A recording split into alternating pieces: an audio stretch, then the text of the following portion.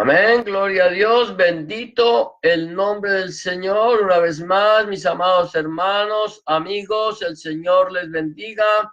Bienvenidos una vez más a este su programa, Una Palabra Viva y Eficaz, donde estaremos una vez más meditando en la palabra de Dios, nuestro Elohim, conforme enseña el Señor en su palabra allí en el libro de Josué, capítulo 1, versículo 8, cuando dice: nunca se apartará de tu boca este libro de la Torá, sino que de día y de noche meditarás en él, para que guardes y hagas conforme a todo lo que en él está escrito, y entonces harás prosperar tu camino y todo te saldrá bien. Y este es el anhelo de nuestro corazón, poder meditar en la palabra del Señor, poder compartir con las personas que nos siguen a través del internet, ya sea de una manera directa o ya sea después cuando ustedes vean estos videos donde hemos meditado, donde meditaremos la palabra del Señor. En esta noche vamos a continuar meditando en la primera carta del apóstol Pablo a Timoteo, en el capítulo 5. Hoy vamos a estar ya terminando este capítulo 5. Vamos a estar viendo a partir del verso 17. Y vamos a ponerle como título a esta meditación: juzgando con fidelidad.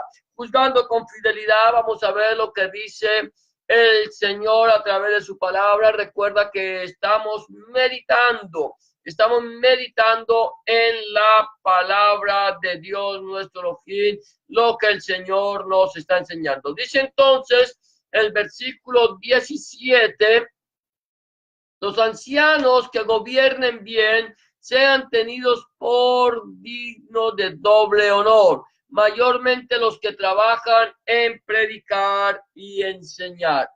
El primer punto que quiero tocar aquí en Juzgando con Fidelidad es un buen gobernante. Un buen gobernante es aquella persona que ejerce la autoridad, no su autoridad, no la autoridad de hombre. Estamos hablando de un gobernante en la iglesia. No vamos a hablar de un gobernante en lo secular, sino un gobernante en la iglesia, que es aquel que ejerce autoridad, pero no su autoridad, sino la autoridad de Dios. Recuerda que nosotros hemos sido puestos por Dios en la congregación para que seamos siervos. Y el siervo es la persona que está allí para servir. Y un buen gobernante tiene que ser una persona que tiene el don del servicio. Aquella persona que no tiene el don del servicio, que no tiene el don de la entrega, no puede gobernar la casa de Dios, no puede procurar o decir que es un buen gobernante, por cuanto no hay en su corazón esa disposición de servicio.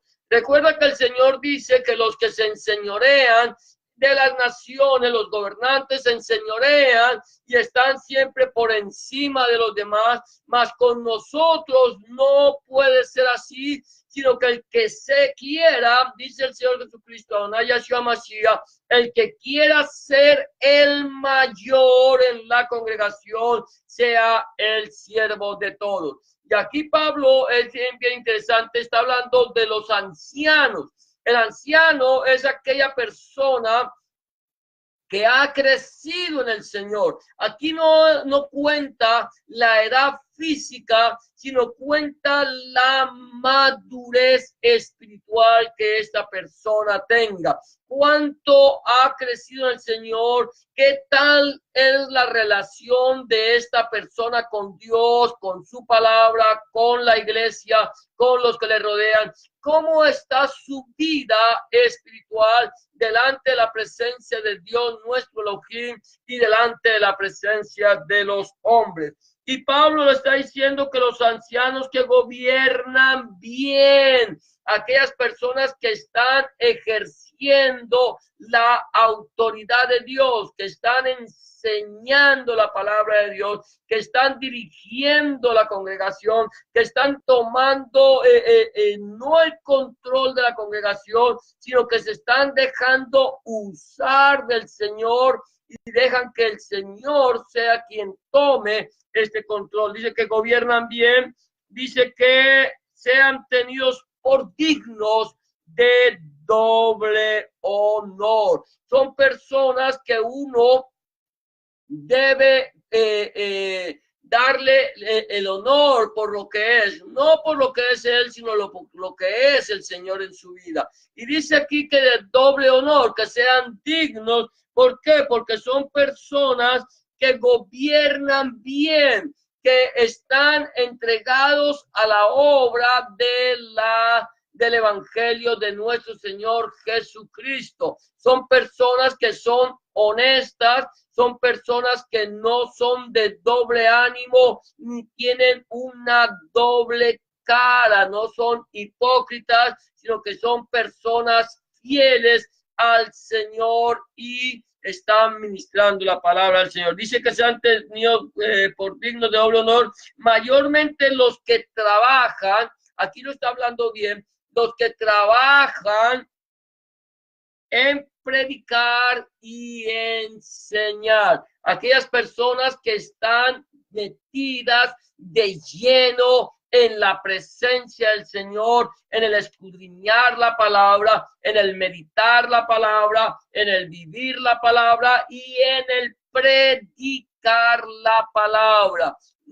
Por un lado, predicar, llevar el mensaje del evangelio del reino de Dios a aquellas personas que no conocen al Señor, que aún no le han entregado su vida a nuestro Señor Jesucristo, que están perdidos, muertos en sus delitos y sus pecados. Predican la palabra, predican a tiempo y fuera de tiempo y llevan el mensaje de salvación a todas las naciones, llevándole un mensaje de arrepentimiento. Recuerda que arrepentimiento, la palabra arrepentimiento viene del hebreo teshuvah, que significa volverse a. Eso es arrepentirle, llevar a las personas que están alejadas de Dios a volverse a Dios y a cambiar su vieja manera de ser. De esa forma, entonces, aquellas personas que están predicando la palabra, número uno, predican la palabra y número dos, no solamente la predican, sino que la enseñan. Predicamos a aquellas personas que no conocen del amor de Dios. Les predicamos el amor de Dios, la misericordia de Dios, la gracia de Dios, que Dios no quiere que ninguno perezca, sino que todos procedan al arrepentimiento, que Dios quiere que todos tengamos vida eterna, que Dios dio a su Hijo para que nos salvara del presente siglo malo. Esto es predicar el mensaje de la palabra del Señor, porque de tal manera amó Dios, nuestro Elohim, al mundo, que ha dado a su Hijo unigénito, para que todo aquel que en él cree no se pierda, mas tenga vida eterna. Este es el mensaje de salvación que predicamos, que si creyeres en tu corazón que Jesucristo es el Señor y que Dios le levantó de los muertos, serás salvo. Pero también estamos llamados a enseñar la palabra de Dios, no solamente a predicar. Aquí dice que los ancianos que gobiernan bien estén tenidos con doble honor, y mayormente los que se dedican en la predicación y la enseñanza. Enseñamos la palabra de Dios a los creyentes, a los que ya un día le entregaron su vida al Señor de señores, Rey de reyes, Dios todopoderoso. Le entregaron su vida Ahora ellos necesitan, nosotros necesitamos aprender el mensaje de la palabra de Dios, conocer la palabra del Señor, escudriñar la palabra de Dios, de meditar la palabra de Dios, vivir la palabra de Dios, de tal manera que nosotros debemos enseñar a aquellas personas que ya son maduras en el Espíritu Santo, maduras en la palabra, maduros en el Evangelio, estas personas que predican, pero que también deben enseñar. Nosotros no nos debemos conformar, mi amado hermano, mi amada hermana, solamente con recibir.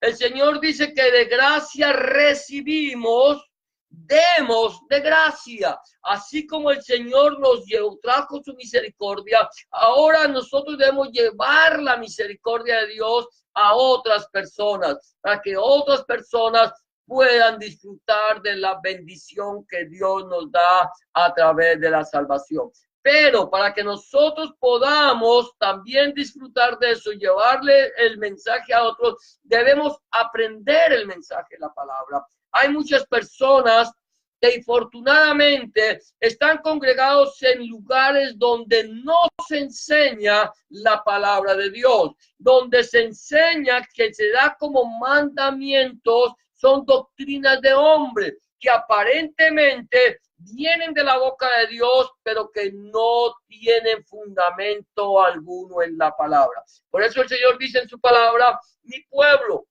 fue destruido porque le faltó conocimiento. ¿Cuál es el pueblo de Dios?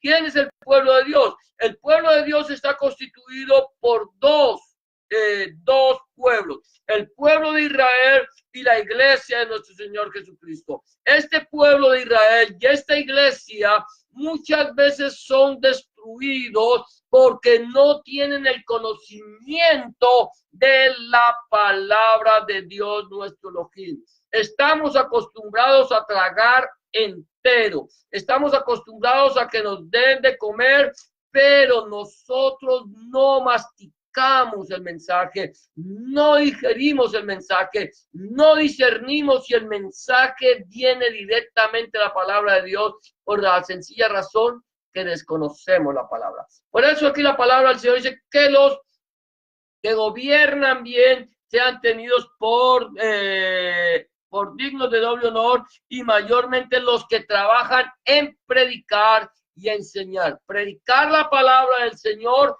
y enseñar la palabra del Señor. Eso es lo más importante que nosotros como creyentes debemos conocer. Número 2, estamos hablando entonces de juzgando con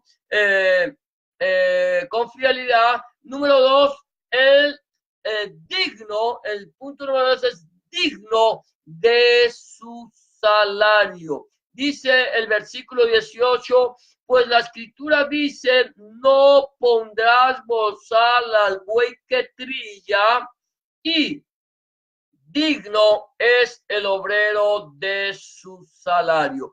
No pondrás bozal al buey que trilla, y digno es el obrero de su salario. Aquí Pablo en otra parte dice que si acaso Dios se preocupa por los bueyes. No, Dios se preocupa por sus ministros, por aquel que predica y enseña la palabra de Dios. Pablo dice, mire, ustedes deben tener en doble honra a los ancianos que gobiernan bien, que predican la palabra de Dios, que tienen un espíritu de servicio, que están entregados a la obra del ministerio. Ellos que están entregados a la obra de predicar y enseñar la palabra del Señor deben ser tenidos por dignos de doble honor. Y luego dice que digno es el obrero de su salario. Hoy por hoy hay mucha gente que está, que denigra del evangelio, que habla mal de los siervos, que habla mal de los pastores, que habla mal de los ministros, por la sencilla razón de que hay personas que se han aprovechado de su ministerio para desangrar a los creyentes o a los incrédulos que van a sus congregaciones. Pero la palabra del Señor nos dice que el obrero es digno de su salario, que si una persona está trabajando para la obra del ministerio del Señor, para predicar el mensaje de la palabra, para enseñar la palabra, esta persona es digna de recibir un salario. Este es su trabajo, esta es su vocación, esta es su entrega. Una persona que no está pensando en enriquecerse, sino en vivir, en que pueda vivir dignamente. Una persona que viva con dignidad. Dios está preocupado por sus obreros. Dios está preocupado por las personas que trabajan en su obra. Dios quiere que estas personas también vivan dignamente.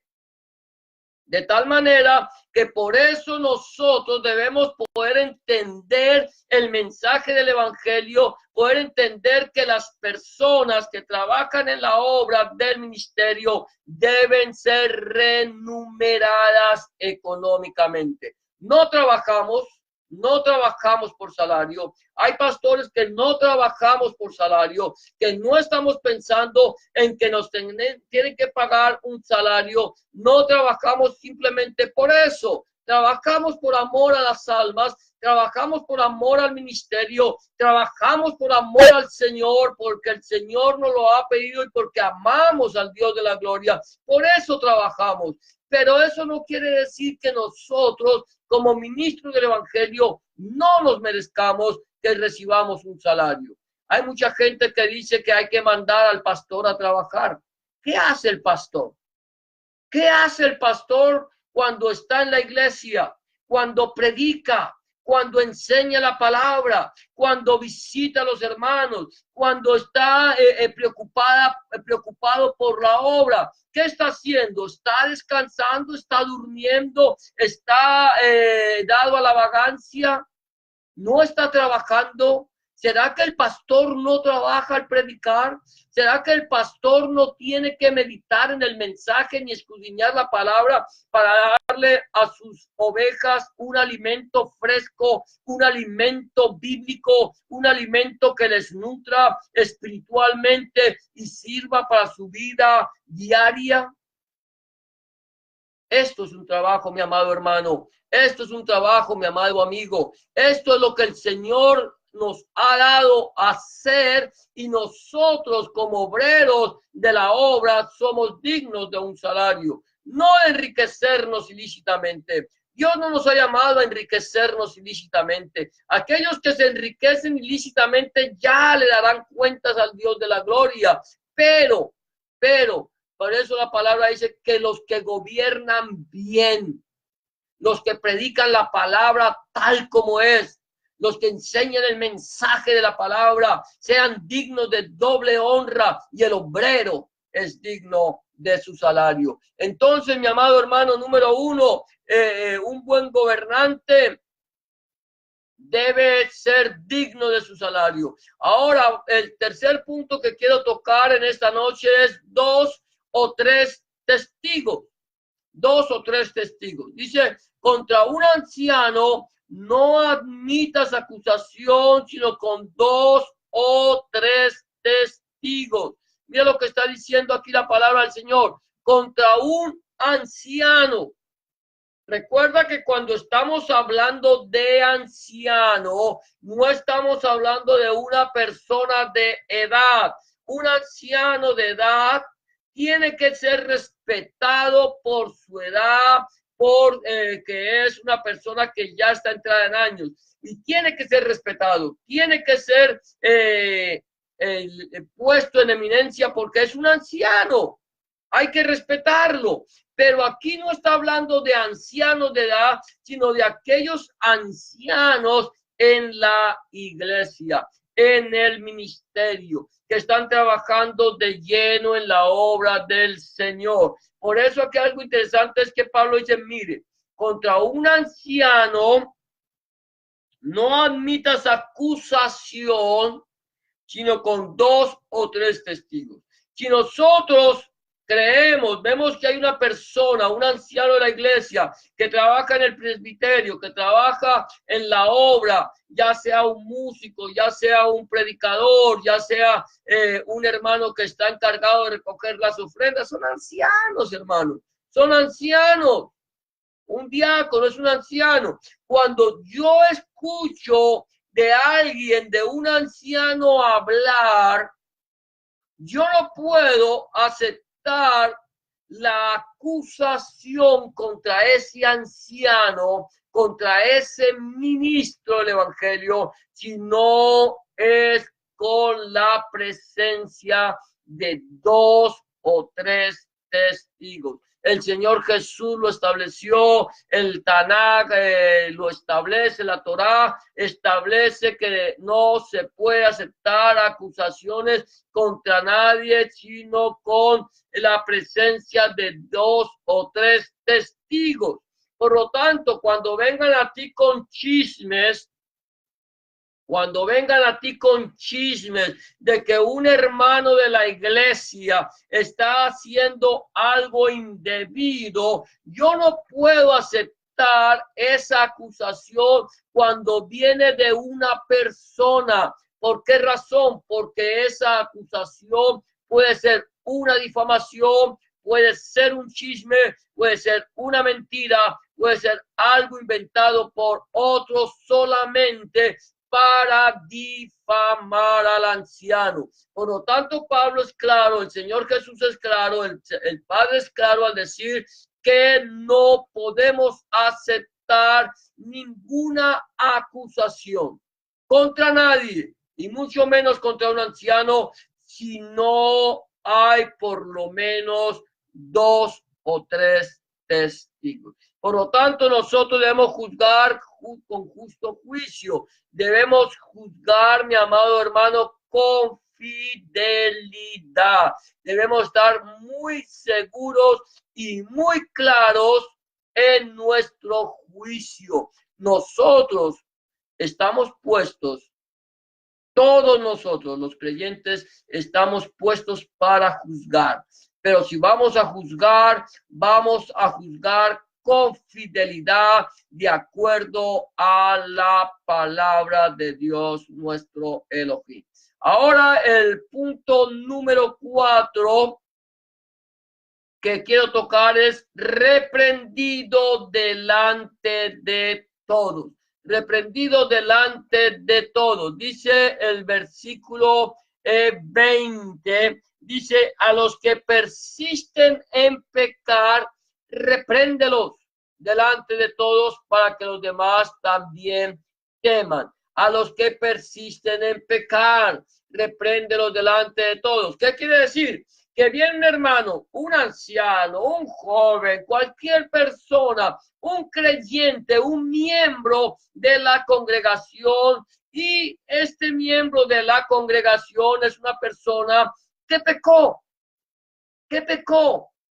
Todos pecamos, por cuanto todos pecamos estamos destituidos de la gloria de Dios. Somos pecadores por naturaleza, pero la diferencia en un creyente a un incrédulo es que el creyente es un pecador arrepentido y el incrédulo es un pecador practicante. Nosotros podemos pecar por ignorancia, podemos pecar porque no lo hicimos ignorantemente, pero el pecador no arrepentido es una persona que practica el pecado diariamente, por ignorancia también, pero que está acostumbrado. Entonces, aquí hay algo interesante, es que cuando nosotros vemos que un creyente, que un miembro de la congregación peca, se equivoca, eso es pecar, equivocarse, errar el blanco. Esta persona peca,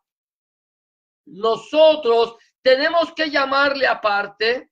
Dice el Señor Jesucristo, llámelo aparte, hable con él y redargúyale de su pecado. Dígale, hermano, lo que usted, o hermana, lo que usted está haciendo no es correcto, está obrando mal delante de la presencia del Señor. Y entonces dice que si esta persona se arrepiente, entonces habremos ganado a un hermano. Esta persona se arrepintió, hizo teshuvá y volvió sus ojos a Dios, se arrepintió, apartó y alcanzó misericordia. Recuerda que la palabra del Señor dice que el que encubre su pecado no prosperará, pero el que lo confiesa y se aparta alcanzará misericordia.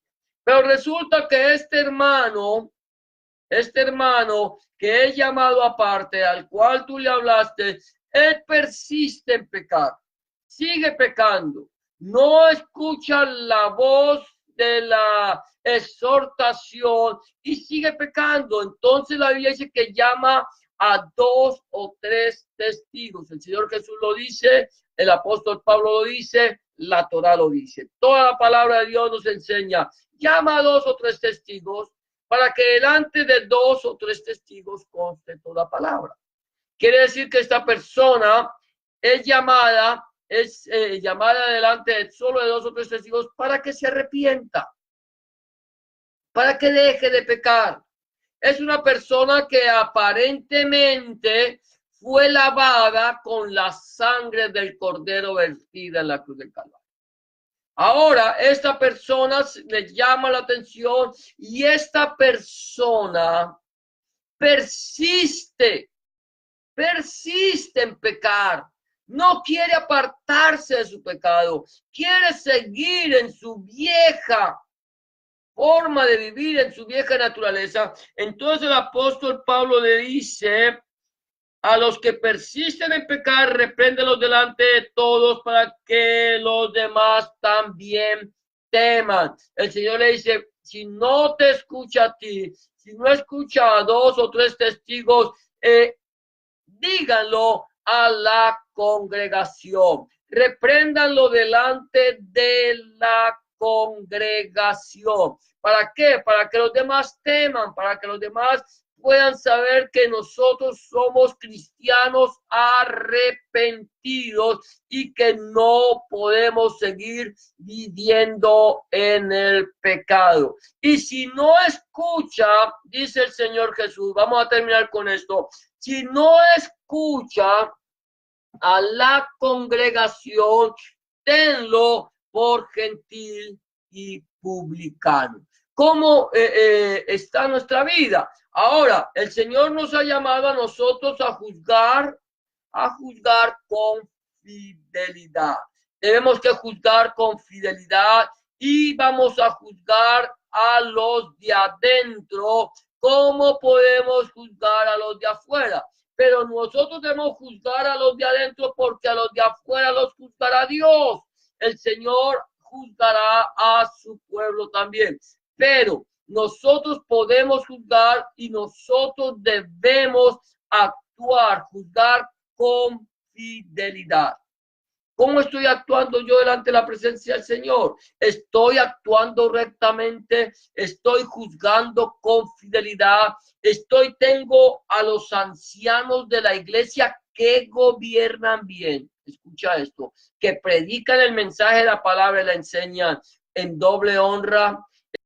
¿Estamos nosotros de acuerdo con que un ministro del evangelio sea digno de su salario? ¿Estamos nosotros juzgando con fidelidad? Estamos escuchando, viendo que una persona está en pecado, le llamamos la atención y allí a solas o delante de 2 o 3 testigos. ¿Cómo estamos haciendo? Quizás aquí hay una persona en este momento que aún no le ha entregado su vida al Señor. Quiero decirte una cosa. El Señor dice en su palabra que está establecido para los hombres que mueran una sola vez y después de esto el juicio.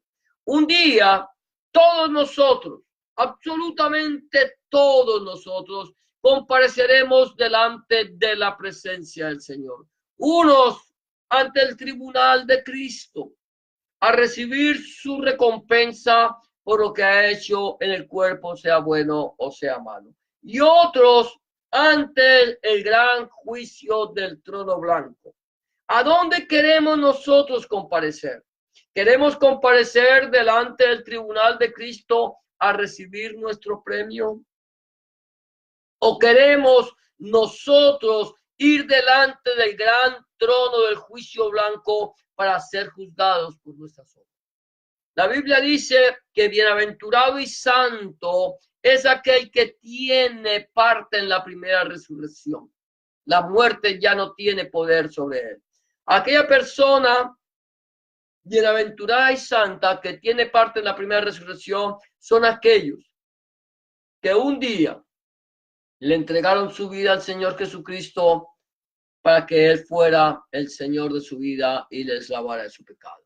Los que van a tener parte en la segunda resurrección, que van a ser juzgados en el gran juicio del trono blanco, son aquellos que rechazaron el amor de Dios, que rechazaron el sacrificio vivo de nuestro Señor Jesucristo, Adonai Yeshua HaMashiach, en la cruz del Calvario, o aquellos que nunca escucharon hablar de Él. Ellos serán juzgados por sus obras.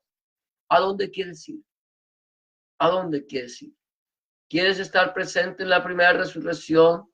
Que ya puedas tú entrar delante de la presencia del Señor y que la muerte no tenga ya poder sobre ti.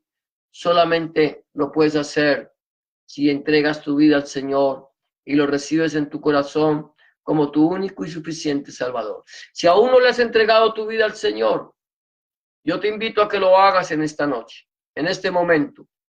Hoy es el día aceptable, hoy es el tiempo de salvación. Quizás mañana no tengas tiempo, quizás no haya un mañana para ti. Recuerda que nuestra vida no está comprada. Hoy puede venir el Señor a pedir nuestra alma y a dónde vamos a pasar la eternidad. ¿Quieres pasar la eternidad con el Señor? Solamente entrégale tu vida a Cristo y recíbelo en tu corazón como tu único y suficiente Salvador. Solamente tienes que hacer una oración sencilla de fe, creyéndole al Señor y entregándole tu vida al Señor. ¿Quieres hacerlo? Yo te invito a que hagas una oración conmigo. Yo te voy a proponer esta oración. Si quieres repetirla después de mí, dile: Señor Jesús, en este momento vengo delante de tu presencia, reconociendo que he pecado, reconociendo que he hecho lo malo delante de tus ojos y que no soy digno o digna de ser llamado tu hijo o tu hija. Te pido que me perdones, que entres en mi corazón y que cambies mi vida. Te recibo en mi corazón como mi único y suficiente Salvador. Entra en mi corazón, borra mis pecados, limpia mis rebeliones, lávame más y más de mi maldad. Escribe mi nombre en el libro de la vida y no lo borres nunca más. Escribe tu nombre, el nombre de mi Dios, en mi corazón, para que yo pueda entender a partir de este momento que soy propiedad única y exclusivamente tuya. En el nombre de Jesús te doy gracias, Padre. Amén y amén. Si tú has hecho una oración de fe como esta, ten la certeza que Dios ya está en tu corazón y Dios ha hecho de ti una nueva criatura. 3 recomendaciones quiero darte antes de irme, y es: número 1, habla con Dios en oración. Orar es hablar con Dios. Habla con Dios como se habla con un amigo. Llévale tus inquietudes, tus alegrías, tus tristezas, tus necesidades, tus logros, todo lo que tú tienes en tu corazón. Y ten la certeza que Dios estará allí para escucharte y para darte respuesta a tus necesidades. Número 2, empieza a leer la Biblia si aún no lo estás haciendo. Empieza a leer la Biblia y yo te invito a que lo hagas a partir del Nuevo Testamento en el Evangelio de Juan. Y pídele al Señor en oración que a través de su Espíritu Santo Él te ilumine su santa palabra para que tú puedas entender cuál es la voluntad de Dios, agradable y perfecta para tu vida. Número 3, no dejes de congregarte. Busca un lugar donde congregarte, donde se predique el mensaje del Evangelio de nuestro Señor Jesucristo desde Génesis hasta el Apocalipsis. Donde el centro de la predicación sea nuestro Señor Jesucristo y no el predicador. Donde el centro de la predicación sea nuestro Señor Jesucristo y no el fundador del movimiento. Donde el centro de la predicación sea nuestro Señor Jesucristo, el Padre, el Hijo y el Espíritu Santo. Y su santa palabra. Si tú no tienes un lugar donde congregarte y quieres saber de un lugar en tu ciudad, házmelo saber, que con mucho gusto yo buscaré un lugar donde se predica el mensaje del Evangelio del Reino de nuestro Señor Jesucristo, Adonai Yahshua Mashiach, en tu ciudad y te lo haré saber. Eso es todo por hoy. Me despido de ti con esta oración, que el Señor te bendiga y te guarde. Que el Señor haga resplandecer su rostro sobre ti, alce sobre ti su rostro, tenga de ti misericordia y ponga en ti paz. Será hasta mañana, si el Señor así lo permite, en su programa, Una Palabra Viva Eficaz, desde aquí, de la ciudad de Scarborough, Ontario, Canadá. Bendiciones para todos y gracias por acompañarnos.